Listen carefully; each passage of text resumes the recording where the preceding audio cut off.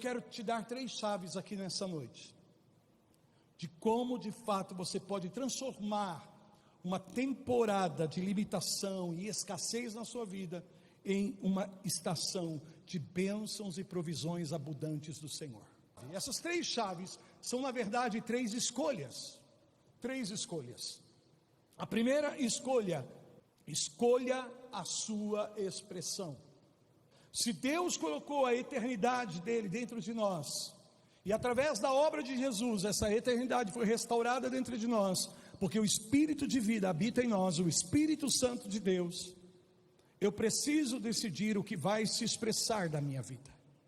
Eu preciso escolher aquilo que de fato vai se expressar da minha vida. Então a pergunta que eu vos faço é: o que a sua vida tem expressado? Há pessoas que se prendem em acontecimentos do passado e se posicionam como vítima das circunstâncias, vítima das pessoas, vítima da vida. E às vezes estão aí amargurados, ressentidos, tristes, oprimidos, deprimidos, enfim, desolados. E estão na igreja do Senhor muitas vezes, estão orando, pedindo: Deus me dá alegria, Deus restaura a alegria na minha vida. Quando a alegria do Senhor é a tua força. E da onde vem essa alegria de Deus? Sabe, Deus não vai te dar alegria. Você já tem a alegria do Senhor na sua vida. O Espírito Santo de Deus é a alegria de Deus na minha e na sua vida, é a paz de Deus na minha e na sua vida, é a justiça de Deus na minha e na sua vida, e é disso que se constitui o reino de Deus.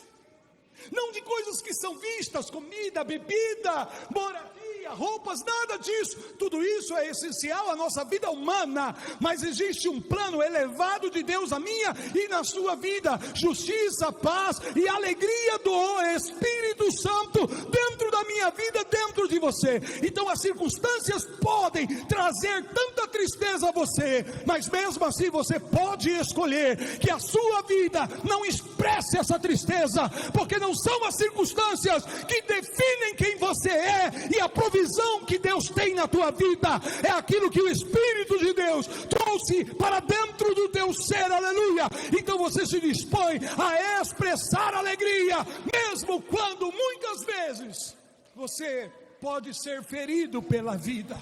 Mas você não vai cantar o cântico da tristeza, você não vai cantar o cântico da angústia, você não vai cantar o cântico da murmuração, você vai cantar o cântico da alegria, você vai cantar o cântico da vitória, você vai cantar o cântico da vida. É você que decide isso. Precisamos definitivamente escolher, entender que Deus é poderoso para fazer nova todas as coisas da minha vida. Não importa o que tenha me acontecido, não importa o que tenha sido feito na minha vida, Deus continua sendo poderoso para restaurar. Então, se agora mesmo algo muito ruim está acontecendo na tua vida, não se esqueça que Deus é poderoso para trazer nessa mesma área de dor e sofrimento bênção, aleluia, vida, expressão de glória. E não fique esperando a coisa acontecer. Comece a declarar agora, a expressar agora. Ele é poderoso para colocar uma nova expressão em cada área da sua vida, em cada acontecimento. Digam amém. O que está fluindo de você nesses dias? O que está fluindo da sua vida nesse tempo? Uma expressão de vítima, de derrota, ou uma expressão de vida, de vitória, de alegria do Senhor, porque você sabe o que foi dado a você, e você é grato ao Senhor por isso. Digam glória a Deus. Queridos, eu já passei por muitas dores dessa vida, mas nada se compara à dor de perder ao mesmo tempo a minha filha e o meu neto, e todos vocês conhecem essa história, como isso foi profundamente difícil para mim, para minha esposa, para nossa família, e consequentemente para essa igreja, para esse ministério. Perder a Gabriela de uma maneira acidental, de uma forma tão bruta, tão de repente, mas eu escolhi ser feliz.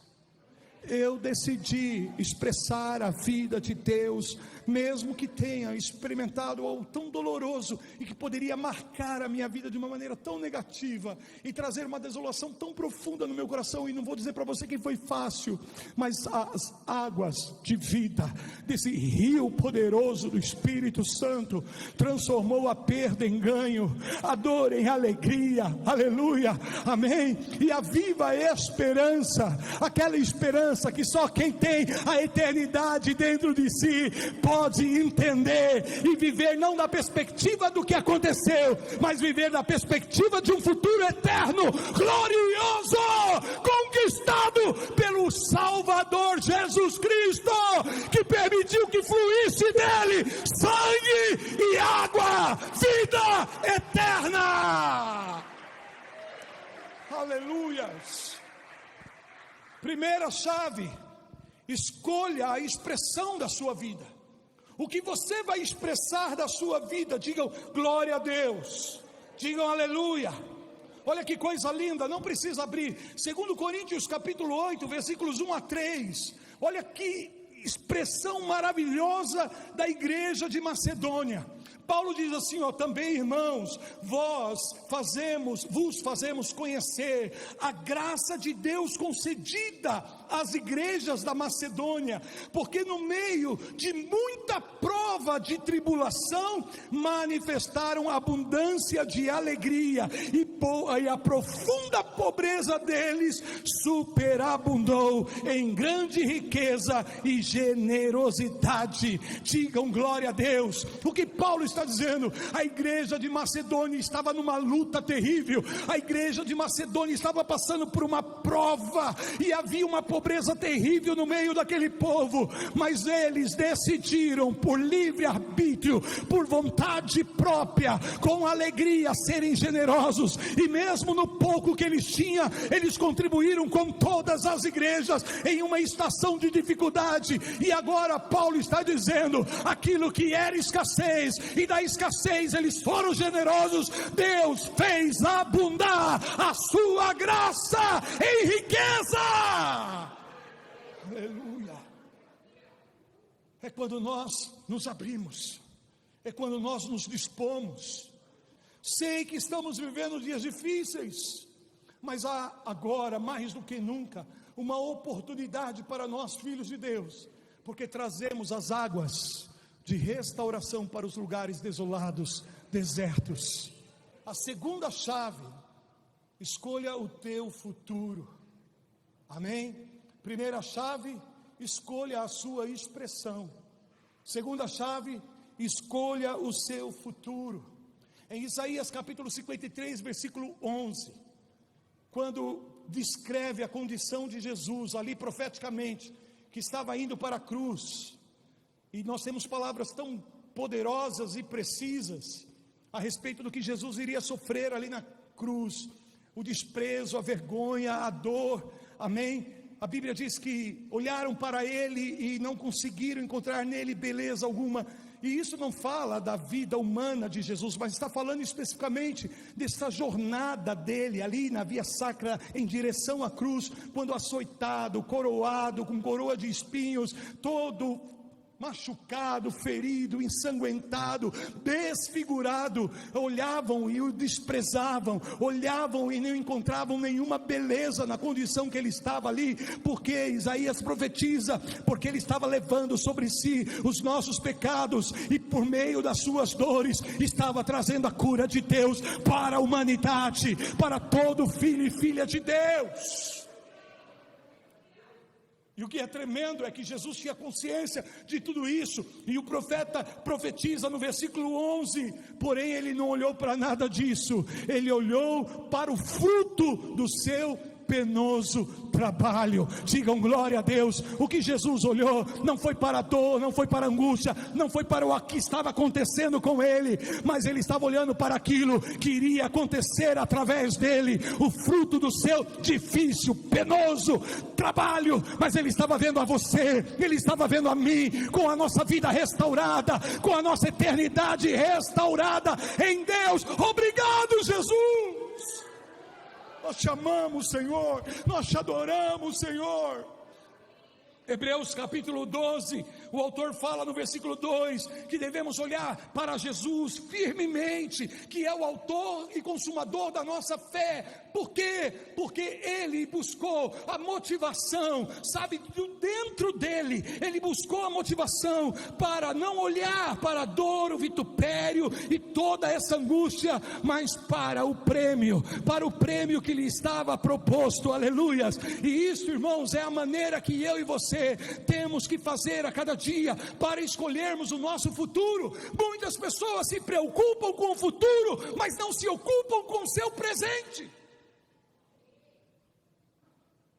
Escolher o teu futuro significa que você deve parar de se preocupar com o teu futuro e visualizar o futuro que o Senhor tem pela sua palavra, pelas suas promessas e aquilo que você deseja e almeja alcançar através do Senhor, e se empenhar hoje para fazer desse futuro uma realidade da sua vida.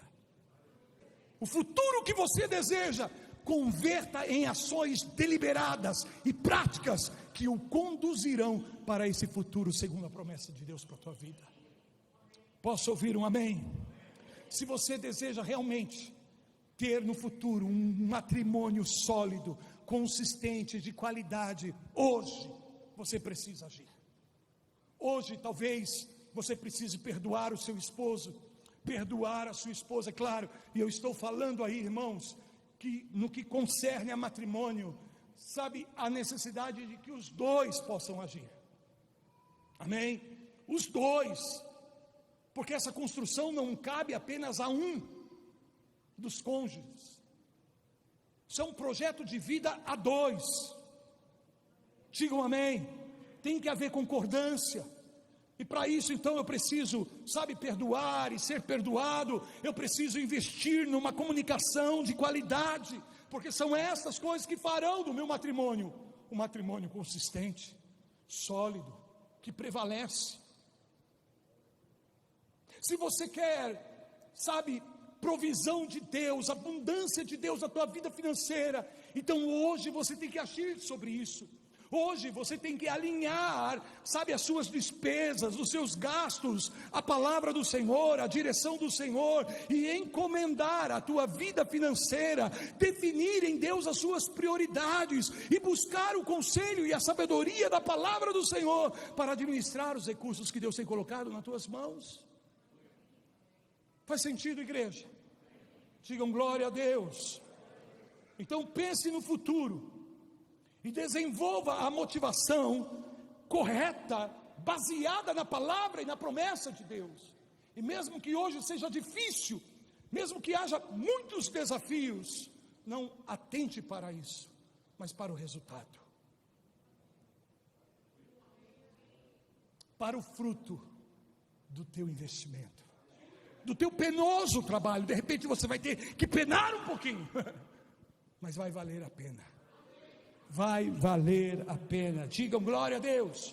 E terceira e última chave para fecharmos a palavra nessa noite: escolha seu conselheiro. Amém? E eu vou colocar aqui no singular, porque eu sei que na palavra existe um texto que diz: na multidão de conselhos, no plural, há sabedoria. E sem dúvida alguma. Mas por que eu quero usar a palavra no singular? Escolha o seu conselheiro. Porque sempre, nós aprendemos sobre isso nesses dias, sempre haverão vozes que estarão falando com você. Principalmente, sobretudo, quando você toma a decisão de agir em algo, amém? Segundo a palavra, segundo o que Deus tem para a tua vida. Quando você ousa, quando você se determina, quando você toma medidas, passos de fé, quando você começa a agir para gerar a mudança, a transformação, buscar a inovação. Quantos estão me ouvindo? Sabe, você se dispõe a acreditar, a mudar, você se atreve, você ousa, muitas vozes vão falar com você. E há uma coisa que eu preciso definitivamente entender: que não tem como fazer calar essas vozes, elas irão falar conosco. Porém, eu tenho o poder de escolher qual a voz eu vou acatar na minha vida. Qual é a voz que eu vou acatar na minha vida? Por isso é uma questão de escolha, de eleição que você tem que fazer na sua vida. Amém, queridos? Alguém já disse, eu já li várias vezes essa expressão, e ela é tão verdadeira no que concerne a nossa vida com Deus. É mais fácil dizer nãos quando você tem um forte sim dentro de você. Deixe-me exemplificar uma vez mais usando o nosso Senhor Jesus. Pensa no momento em que ele estava ali na cruz, quantas vozes ele estava ouvindo. Lembra que eu falei sobre as 3 vozes esses dias? A voz do mundo. Jesus estava ouvindo a voz do mundo naquele dia, sim ou não? Ali naquela cruz, porque as pessoas estavam falando, amigos estavam falando. Amigos, olha, ele não salvou a todos, ele não curou, não poderia ele também fazer alguma coisa? Vozes que estavam desafiando ele, vozes que o criticavam, o injuriavam, vozes que o escarneciam, sim ou não? Ai, rapaz, salva-te a ti mesmo, vamos lá, desce dessa cruz, mentiroso, enganoso. Tantas vozes, sem falar na voz do inferno, na voz do diabo. Quantas vozes Jesus estava ouvindo ali naquela cruz, mas ele decidiu em toda a sua vida acatar uma só voz, a voz de Deus, a voz do Pai, e ele fechou os seus ouvidos para todas essas vozes que falaram e falaram e falaram, mas ele só tinha ouvidos para ouvir a voz do Senhor, a voz do Senhor. Acate a voz de Deus na sua vida, siga a voz de Deus. A voz de Deus é a proteção que você precisa. A voz de Deus vai te direcionar pelo caminho certo, vai te conduzir aos lugares certos, no tempo certo. Escolha ouvir a voz de Deus na sua vida. Escolha a expressão da sua vida, escolha o seu futuro e escolha o seu conselheiro. Que a palavra de Deus seja esse conselheiro na sua vida. E sabe o que vai acontecer? Rios vão brotar nos desertos. As águas irão transbordar em lugares secos e ermos, não só da sua vida, mas dos lugares aonde Deus te enviar. Os lugares aonde você está, na tua casa, família, no teu trabalho, na escola, na tua igreja, na sociedade. Aleluias. Você tem essa fonte de vida que flui do teu interior. Essas águas que restauram, essas águas que curam, essas águas que mudam a sorte, a história e mais ainda a eternidade de pessoas. Porque foi por meio dessa água colocada em ti que eu e você fomos restaurados na eternidade de Deus.